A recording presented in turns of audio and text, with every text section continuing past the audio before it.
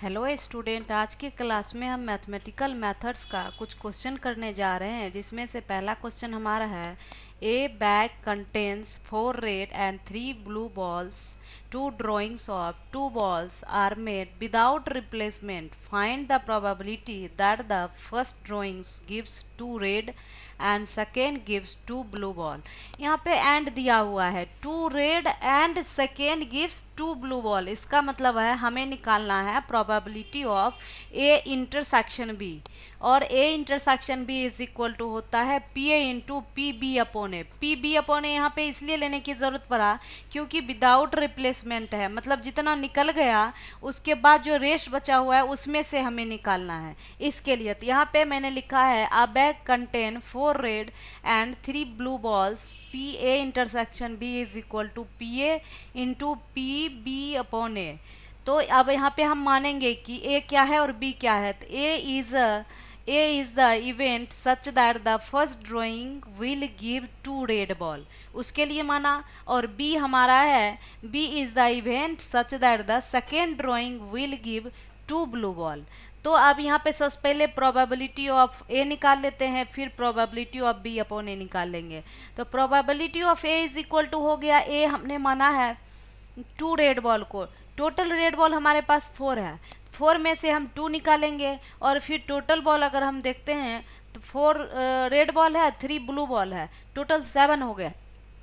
Probability of A is equal to हो गया 4c2 divided by 7c2। तो अब इसे हमने क्या किया, 4c2 को सॉल्व किया factorial 4 divided by factorial 2 into factorial 2, क्योंकि NCR is equal to formula होता है factorial N upon factorial R into factorial N minus are.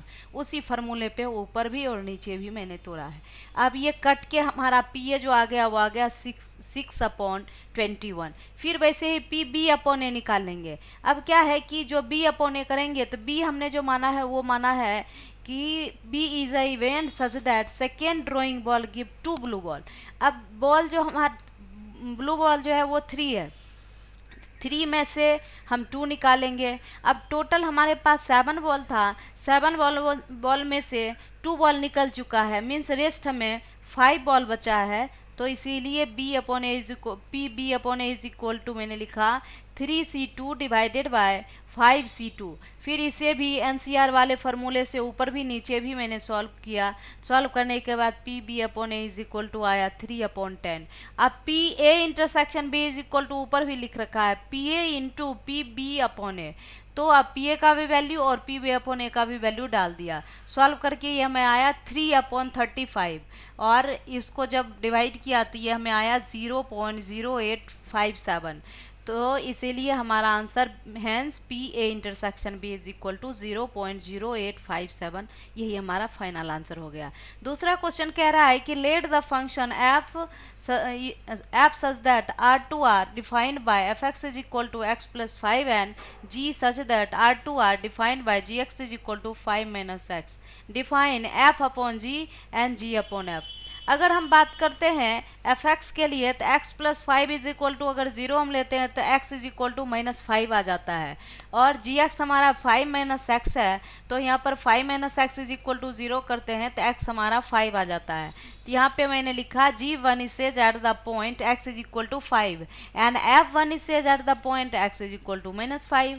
अब हमें पूछा गया है F upon ji and ji upon f. तो f upon g into x is equal to होता है f x upon g x. F x का value हमारा x प्लस 5 है, जी एक्स का वैल्यू हमारा 5 माइनस एक्स है, तो ये डाल दिया। और दूसरे केस में इसका जस्ट अपोजिट पूछता है, तो g upon f into x is equal to g x upon f x. फिर यहाँ पे वैल्यू डाल दिया तो हमें आ गया 5 minus x upon x plus 5। तो f अपॉन जी हमारा ये x plus 5 upon 5 minus x आ गया, और g upon F is equal to 5 minus x upon x plus 5 आ गया। यही हमारा फाइनल आंसर हो गया।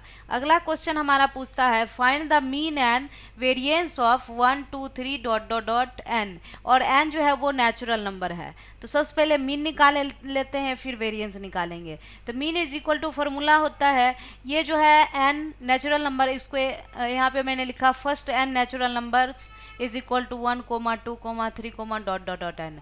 अब अगर हमें इसे मीन चाहिए तो मीन लिखा और मीन को रिप्रेजेंट किया जाता है एक्स के बार से। तो यहाँ पे मैंने लिखा है ब्रैकेट के अंदर एक्स का बार इज इक्वल टू, अब क्या जितने भी यहाँ पे नंबर हैं सारे को ऐड कर दिया जाता है। तो 1 + 2 + 3 + 4 + dot dot dot plus n divided by total number of, जितने भी नंबर आ रहे हैं वो टोटल नंबर ऑफ नंबर जो है वो एन है, तो एन लिखा। अब 1 + 2 + 3 + 4 + डॉट डॉट डॉट एन जो होता है वो इक्वल टू होता है एन इंटू एन + 1/2। तो यहाँ पे ये डाल दिया, डिवाइडेड बाय एन पहले से ही है तो वो भी डाल दिया। अब इसे सॉल्व किया तो ये हमें मिला मीन n + 1/2। अब हम वेरिएंस निकालेंगे तो वेरिएंस का फॉर्मूला होता है सम ऑफ xi - x का बार का होल स्क्वायर। x का बार जो है ये मीन है जो यहाँ पे पहले मैंने निकाल रखा है। तो अगर हम बात करते हैं इसको एक्सपेंड करते हैं तो ये हमारा हो जाएगा सिग्मा का square is equal to xi का square upon n minus mean का होल स्क्वायर। तो xi का स्क्वायर का मतलब हो गया, xi का मतलब हो गया 1, x1 अगर हम बात करते हैं तो 1, x2 अगर हम बात करते हैं 2, ऐसे करके। तो ये हमारा हो गया 1 का स्क्वायर प्लस 2 का स्क्वायर प्लस 3 का square dot dot dot plus n का square upon n minus mean हमारा निकला हुआ है n + 1/2, तो दिस का होल स्क्वायर। अब हम जानते हैं कि 1 + 2 + 3 + डॉट डॉट डॉट n का स्क्वायर जो होता है वो इक्वल टू होता है n into n + 1 into 2n + 1 divided by 6 के। तो अब इसके जगह हम ये वैल्यू डाल दिए, सॉल्व, फिर इसे वैसे ही सॉल्व कर दिया। तो सॉल्व यहाँ पे मैं देख रही हूँ कि n + 1/2 दोनों में से हम कॉमन ले सकते हैं, तो ले लिया। तो ये हमें मिला n + 1/2 into 2n + 1/3 minus n + 1/2। अब इसको एलसीएम लेके सॉल्व कर दिया। तो सॉल्व करने के बाद हमें मिला n + 1/2 इंटू n - 1/6। अब इस दोनों ऊपर को ऊपर से नीचे को नीचे से मल्टीप्लाई कर दिया। तो हम एक फॉर्मूला जानते हैं a² - b² is equal to होता है a + b into a - b के। तो यहाँ पे वैसे ही है n + 1, तो n हमारा a का काम कर रहा है, 1 हमारा b का काम कर रहा है। तो n + 1 मतलब a + b, n - 1 मतलब a - b। तो यहाँ हमारा फॉर्मूला हो जाएगा a² - b²। तो n² 1 का स्क्वायर करेंगे तो 1 ही होगा, तो इसलिए 1 ही लिखा है। तो n² - 1 डिवाइडेड बाई 12। तो इससे हमें पता चल गया मीन हमारा आ गया, mean is equal to n + 1/2 और वेरिएंस हमारा आ गया n² - 1/12। यही हमारा फाइनल आंसर हो गया।